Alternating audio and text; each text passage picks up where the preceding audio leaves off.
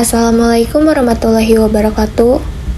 Shalom, Om Swastiastu, salam budaya, dan salam kebajikan. Halo semuanya, perkenalkan kami dari kelompok 15, mata kuliah prinsip-prinsip manajemen yang diampuh oleh Bapak Umban Adijaya, SPDMM. Saya dan teman-teman saya akan membahas mengenai materi motivasi dan beberapa teori yang menyangkut di dalamnya. Sebelum beranjak lebih jauh, saya akan menjelaskan terlebih dahulu apa sih itu motivasi. Oke, motivasi adalah sebuah dorongan yang dimiliki seseorang individu yang akan merangsang seseorang tersebut untuk melakukan suatu perilaku. Motivasi memiliki beberapa teori. Berikut ini adalah 5 teori motivasi yang kerap kali dipakai, antara lain yaitu: yang pertama, teori kebutuhan McClelland. David McClelland adalah seorang psikolog yang menyebutkan opininya terkait teori motivasi yang terbagi menjadi 3 jenis kebutuhan, antara lain: 1. Kebutuhan prestasi, need for achievement. Kedua, kebutuhan afiliasi, need for affiliation. Yang ketiga, kebutuhan akan kekuasaan, need for power.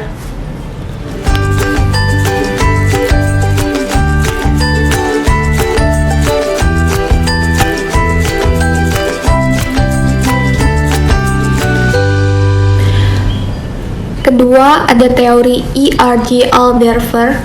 Teori E.R.G. Alderfer atau dikenal juga sebagai E.R.G. disebutkan oleh Alderfer yang ia ambil dari bentuk persamaan. E. Eksistensi, yang artinya eksistensi kebutuhan, sama halnya dengan fisiologis serta materialistis. R. Relatedness, yang menyebutkan hubungan dengan pihak yang lainnya. G. Growth, yang berarti kebutuhan tumbuh guna meraih potensi diri yang optimal.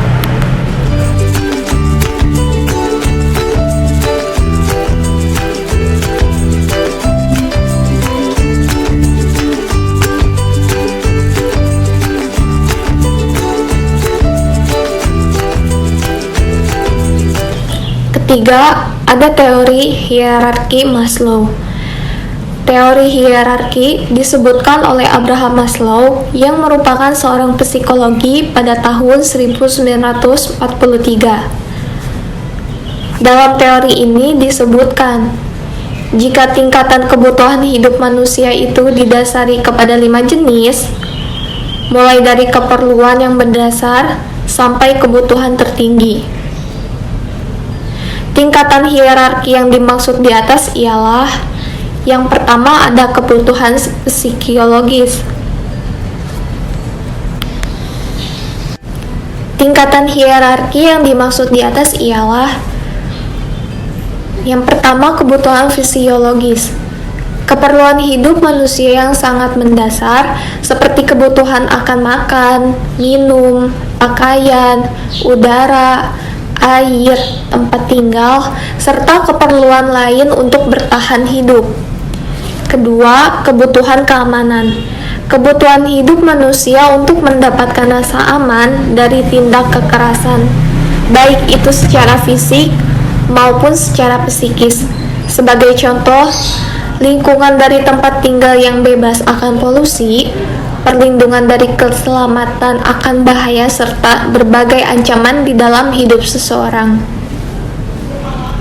3. Ada kebutuhan sosial.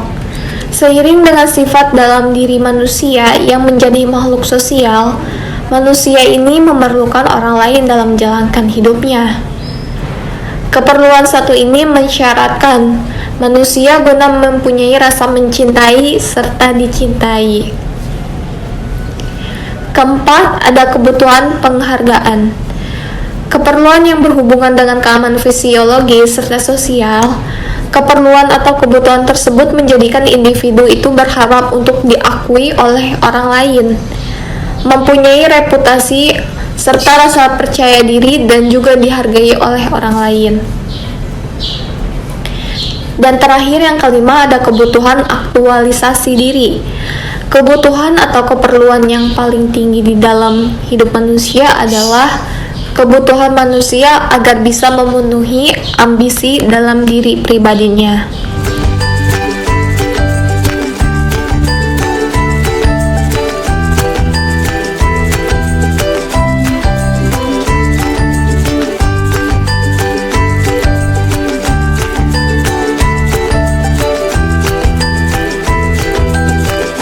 Keempat ada teori harapan Fromm. Victor Fromm adalah seorang profesor yang berasal dari Kanada. Beliau menyebutkan teori motivasi di dalam bukunya yang berjudul Work and Motivation, yang berbunyi, jika seseorang akan mengerjakan sebuah tindakan sebab mengharapkan hasil maupun imbalan. Konsep dari teori harapan Fromm yaitu harapan. Tingkat kepercayaan dalam diri seseorang jika sebuah usaha akan mampu menghasilkan suatu kinerja tertentu. Instrumentally, tingkat kepercayaan dalam diri seseorang jika suatu kinerja yang dikerjakan dapat diperoleh hasil tertentu. Valensi, berhubungan dengan nilai positif serta negatif dari hasil yang sudah dicapai.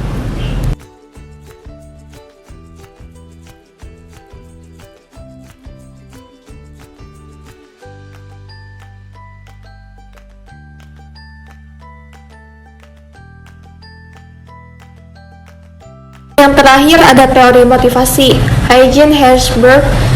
Teori Hertzberg atau juga dikenal dengan teori dua faktor yang berbeda, yaitu tidak kepuasan serta ketidakpuasan di dalam bekerja, atau dikenal juga sebagai teori X dan Y. Kepuasan bekerja, faktor yang berkaitan dengan prestasi, pengakuan, tanggung jawab yang akan memberikan kepuasan positif untuk karyawan. Ketidakpuasan bekerja, faktor yang berkaitan dengan keadaan dari lingkungan kerja, hubungan atau relasi antar individu, keamanan bekerja ataupun gaji yang memberikan rasa tak puas untuk karyawannya.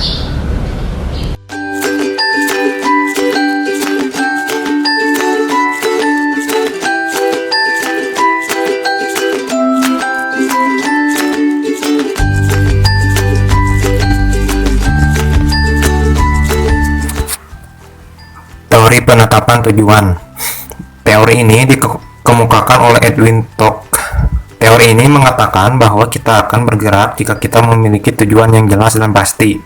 Dari teori ini muncul bahwa seseorang akan memiliki tujuan yang jelas, sehingga muncullah apa yang disebut dengan goal setting, penetapan tujuan. Goal setting teori Edwin Locke ada 3. Yang pertama, kuat lemahnya tingkah laku manusia ditentukan oleh sifat tujuan yang hendak dicapai. Yang kedua, kecenderungan manusia untuk berjuang lebih keras mencapai suatu tujuan apabila tujuan itu jelas, dipahami, dan bermanfaat. Yang ketiga, makin kabur atau makin sulit dipahami suatu tujuan, akan makin besar keengganan untuk bertingkah laku. Selanjutnya, teori penguatan atau bisa disebut reinforcement theory.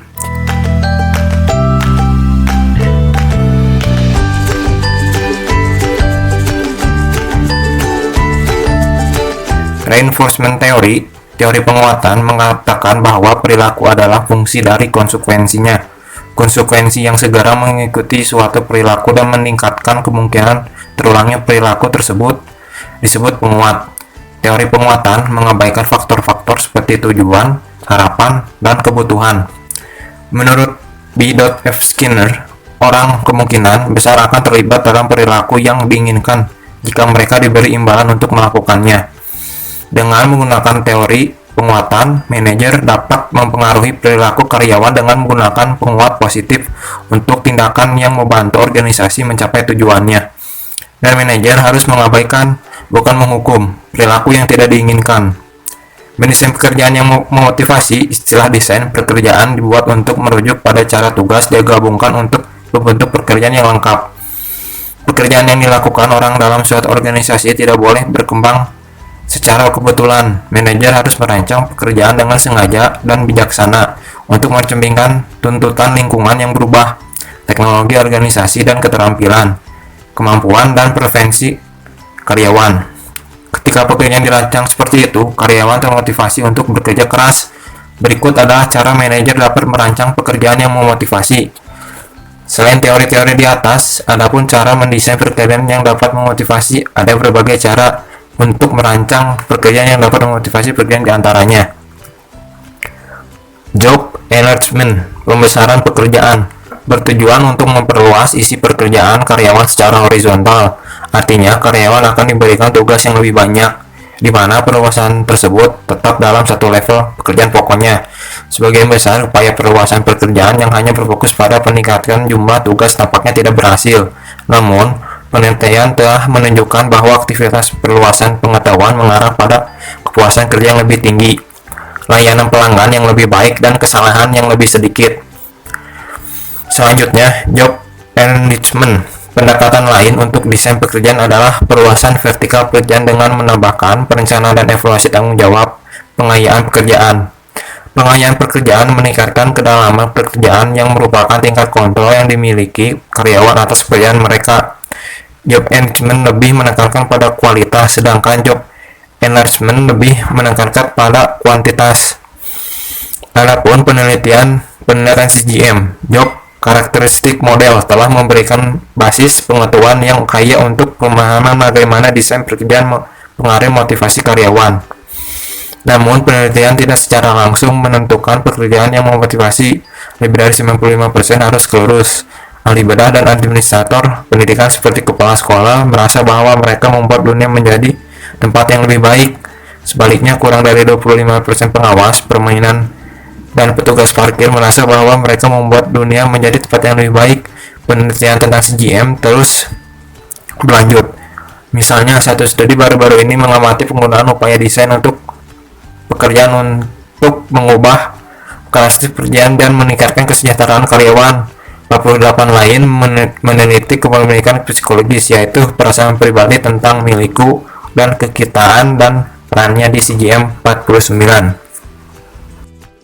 Merancang ulang pendekatan desain pekerjaan. Meskipun JCM telah terbukti bermanfaat, mungkin JCM tidak sepenuhnya sesuai untuk pekerjaan saat ini yang lebih berorientasi pada layanan dan pengetahuan. Sifat pekerjaan ini juga telah mengubah tugas yang dilakukan oleh karyawan dalam pekerjaan tersebut.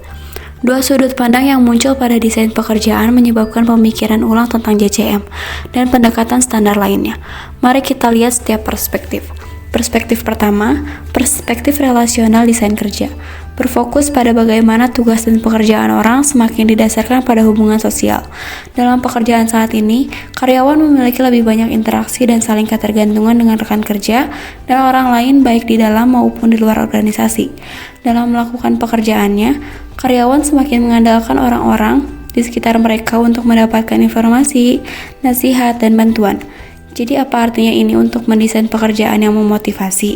Ini berarti bahwa manajer perlu melihat komponen penting dari hubungan karyawan tersebut seperti akses dan tingkat dukungan sosial dalam suatu organisasi, jenis interaksi di luar organisasi, jumlah tugas yang saling ketergantungan, dan umpan balik interpersonal.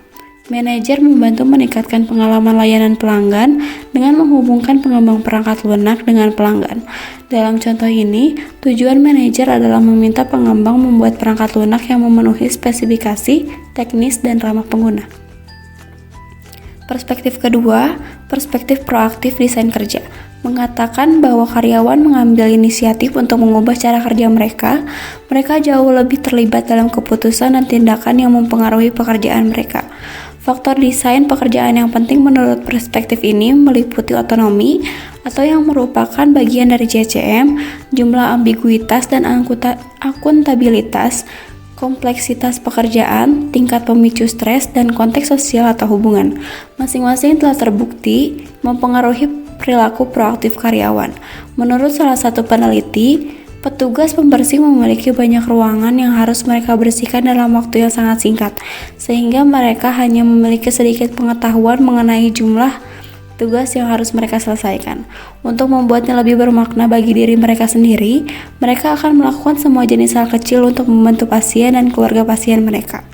Salah satu aliran penelitian yang relevan dengan desain kerja proaktif adalah pabrik kerja dengan keterlibatan tinggi, yang dirancang untuk memperoleh masukan atau keterlibatan yang lebih besar dari pekerja. Tingkat proaktif karyawan diyakini akan meningkat karena karyawan menjadi lebih terlibat dalam keputusan yang mempengaruhi pekerjaan mereka. Istilah lain untuk pendekatan ini adalah pemberdayaan karyawan. Selanjutnya mengenai teori ekuitas. Teori ekuitas yang dikembangkan oleh J. Stacy Adams mengusulkan agar karyawan membandingkan apa yang mereka peroleh dari suatu pekerjaan atau hasil dalam kaitannya dengan apa yang mereka masukkan ke dalamnya atau masukan, dan kemudian mereka membandingkan rasio masukan hasil dengan rasio masukan hasil dari pihak lain yang relevan. Jika seorang karyawan menganggap rasionya adil dibandingkan dengan orang lain yang relevan, tidak masalah.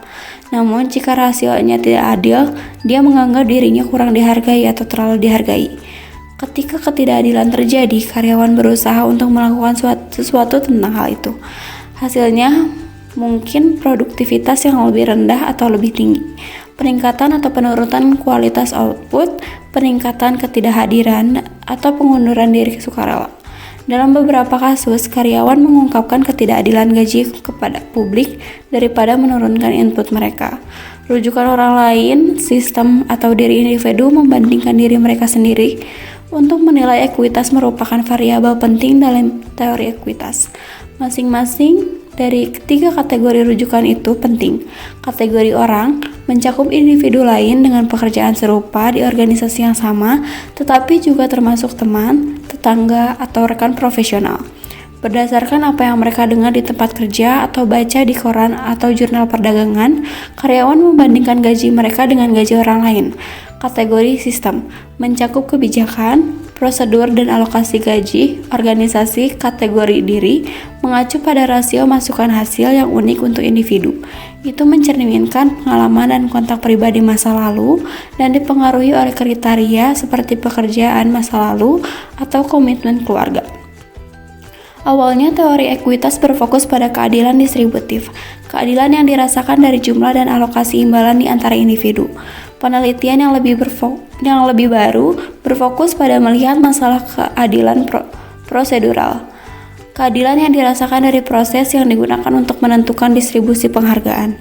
Penelitian ini menunjukkan bahwa keadilan distributif memiliki pengaruh lebih besar terhadap kepuasan karyawan daripada keadilan prosedural. Sedangkan keadilan prosedural cenderung mempengaruhi komitmen organisasi karyawan, kepercayaan pada atasannya, dan niat untuk berhenti. Apa implikasinya bagi manajer? Mereka harus mempertimbangkan berbagai informasi secara terbuka tentang bagaimana keputusan alokasi dibuat, mengikuti prosedur yang konsisten dan tidak bias, dan terlibat dalam praktik serupa untuk meningkatkan persepsi keadilan prosedural. Dengan meningkatkan persepsi keadilan prosedural, karyawan cenderung memandang atasan dan organisasi mereka sebagai hal yang positif meskipun mereka tidak puas dengan gaji, promosi, dan hasil pribadi lainnya. Adapun teori harapan. Harapan menyatakan bahwa seorang individu cenderung bertindak dengan cara tertentu berdasarkan ekspektasi bahwa tindakan tersebut akan diikuti oleh suatu hasil tertentu dan pada daya tarik hasil tersebut bagi individu tersebut. Ini mencakup 3 variabel atau hubungan.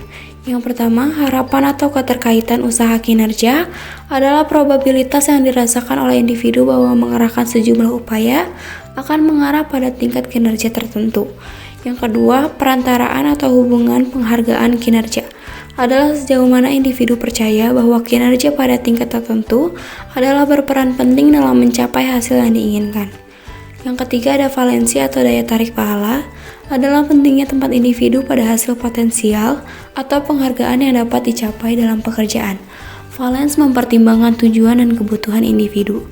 Teori ini berkaitan dengan persepsi. Realitas tidak relevan. Persepsi individu tentang kinerja, penghargaan, dan hasil tujuan, bukan hasil itu sendiri akan menentukan motivasinya. Selanjutnya, ada current issues in motivation. Setiap karyawan memiliki kesempatan untuk membentuk tim relawan dengan rekan kerja dan bersama-sama mengusulkan proyek tanggung jawab sosial yang berfokus pada salah satu bidang fokus utama. Namun, bahkan teori kontemporer tentang motivasi karyawan dipengaruhi oleh beberapa masalah tempat kerja yang signifikan, mengelola tantangan lintas budaya, memotivasi kelompok pekerjaan yang unik, dan merancang program penghargaan yang sesuai. Mengelola tantangan motivasi lintas budaya.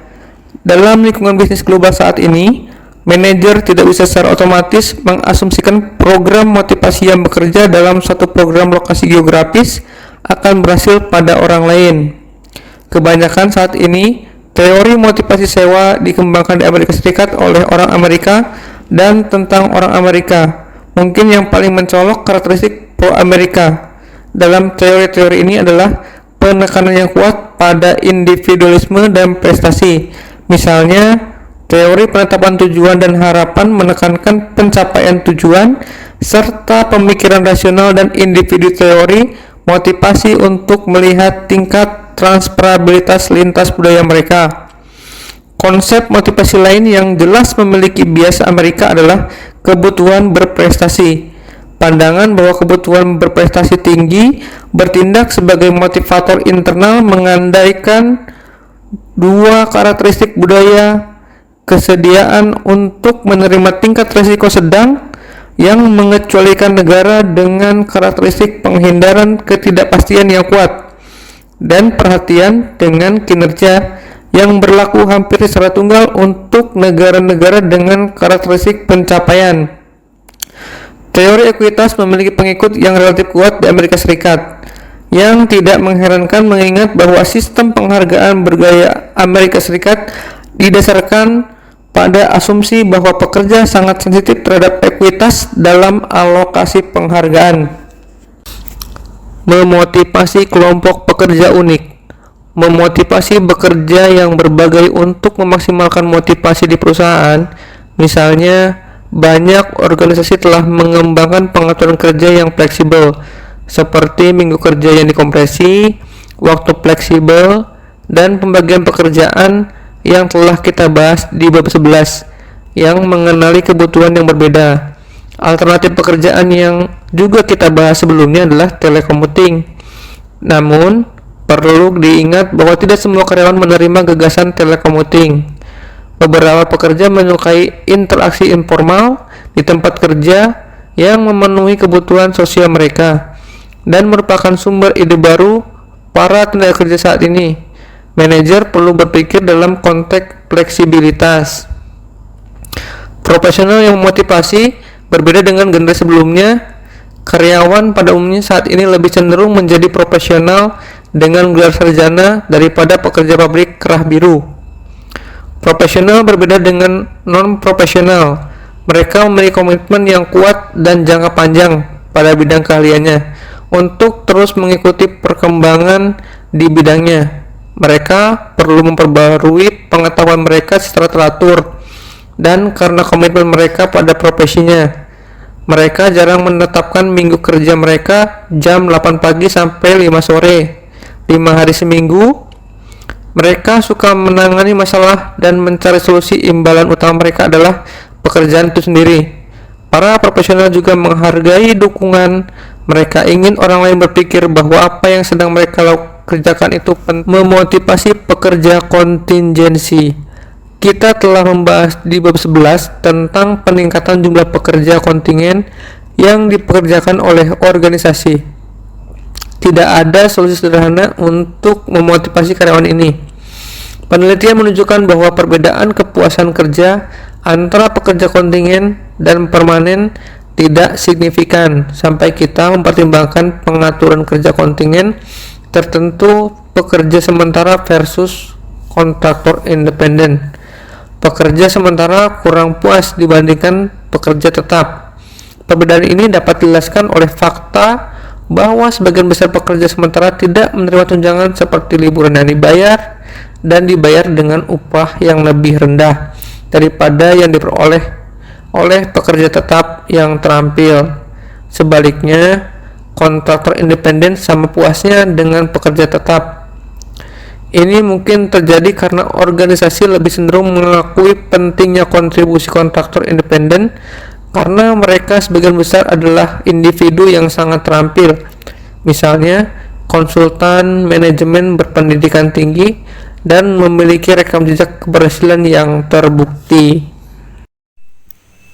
Materi tersebut sekaligus menjadi materi terakhir kita pada pembahasan ini. Seperti yang dikatakan oleh C.S. Lewis bahwa kamu tidak bisa kembali dan mengubah awal, tetapi kamu bisa mulai di mana kamu berada dan mengubah akhirnya. Semoga setiap perkataan yang kami ucapkan dapat bermanfaat. Mohon maaf apabila terdapat kekurangan dan kesalahan dalam penyampaian materi. Alangkah baiknya bila saudara dapat memberi kritik dan saran yang membangun. Akhir kata kami ucapkan terima kasih. Wassalamualaikum warahmatullahi wabarakatuh.